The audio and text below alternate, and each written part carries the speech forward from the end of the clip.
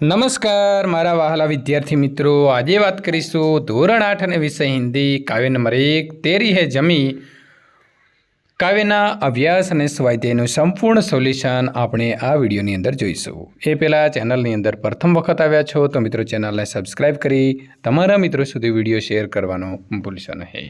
अभ्यास प्रश्न नंबर 1, निम्नलिखित प्रश्नों के उत्तर लिख दीजिए। प्रश्न नंबर 1, आपके मत से सृष्टि में सर्वोपरि कौन है और क्यों? मेरे मत से सृष्टि में ईश्वर ही सर्वोपरि है, क्योंकि वो सर्वशक्तिमान है। वो जिसे बचाना चाहे उसे कोई मार नहीं सकता और वो जिसे मारना चाहे उसे कोई बचा नहीं सकता।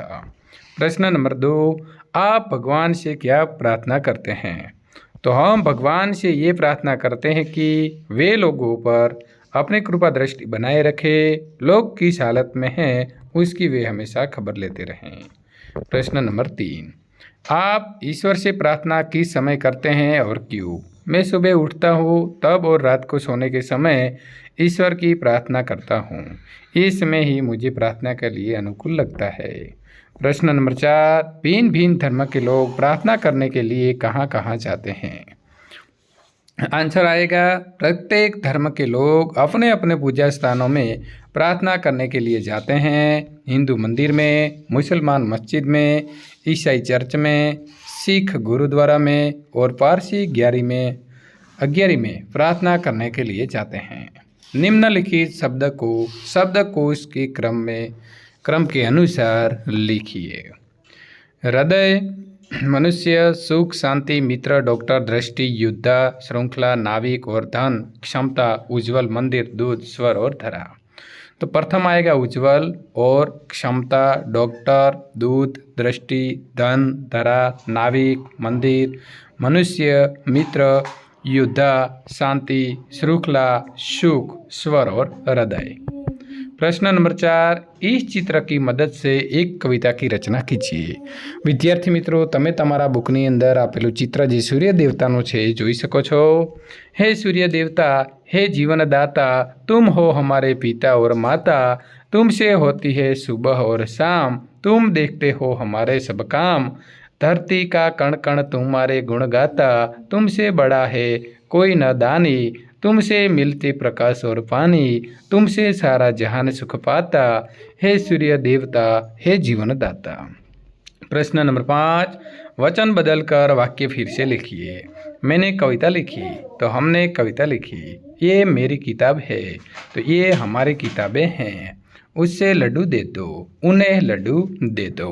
विद्यार्थी मित्रों, संपूर्ण અભ્યાસનું સોલ્યુશન અહીં પૂર્ણ થાય છે। સ્વાધ્યાય સોલ્યુશન જોવા માટે મિત્રો હવે અહીંથી આગળ આપણે વાત કરીશું।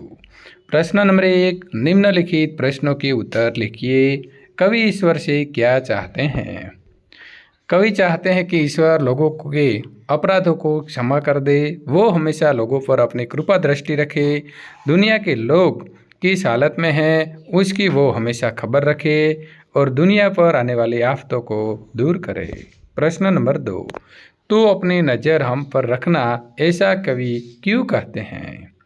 ईश्वर की इच्छा से ही दुनिया में हमारा जन्म हुआ है, उसकी कृपा से हमें ये शरीर और ये प्राण मिले हैं, हमारा जीवन उसी के भरोसे हैं, क्योंकि वही हमारा रखवाला है। इसीलिए कवि ईश्वर से हम पर अपनी नज़र रखने के लिए कहते हैं। प्रश्न नंबर 3, कवि किसे सबसे ताकत वाला मानते हैं, क्यों? तो कवि ईश्वर को सबसे ताकत वाला मानते हैं। ईश्वर सर्वस्व है, वो सब कुछ कर सकता है, वो जिसे चाहे उसे जीवन दे सकता है और जीवन ले सकता है, वो हर समस्या को दूर करने में समर्थ है। इस तरह कवि ईश्वर को सबसे अधिक ताकत वाला मानते हैं। प्रश्न नंबर 4, कवि खुदा से क्या कहना चाहते हैं? तो कवि खुदा से कहना चाहते हैं कि वो सर्वशक्तिमान और दयालु है, हम सब खुदा के सामने सर झुकाकर खड़े हैं, वो लोगों पर अपनी कृपा दृष्टि बनाए रखे और आने वाली आफतों से दूर करता रहे। प्रश्न नंबर 2, दिए गए भाव के आधार पर काव्य पंक्तियाँ लिखिए।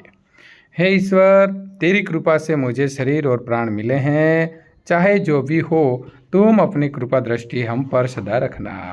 तो पंक्ति आएगी, तेरी रहमत से हम सब ने ये जिस्म ओजा पाए हैं, तू अपनी नज़र हम पर रखना, किस हाल में है ये खबर रखना।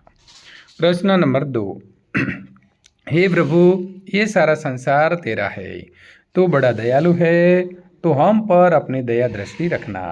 तो तेरी है जमी तेरा आसमां, तू बड़ा मेहरबा, तू बख्शिश कर। प्रश्न नंबर 3, अपूर्ण काव्य पूर्ण कीजिए। मेरी प्यारी प्यारी गाय घर की राज दुलारी गाय।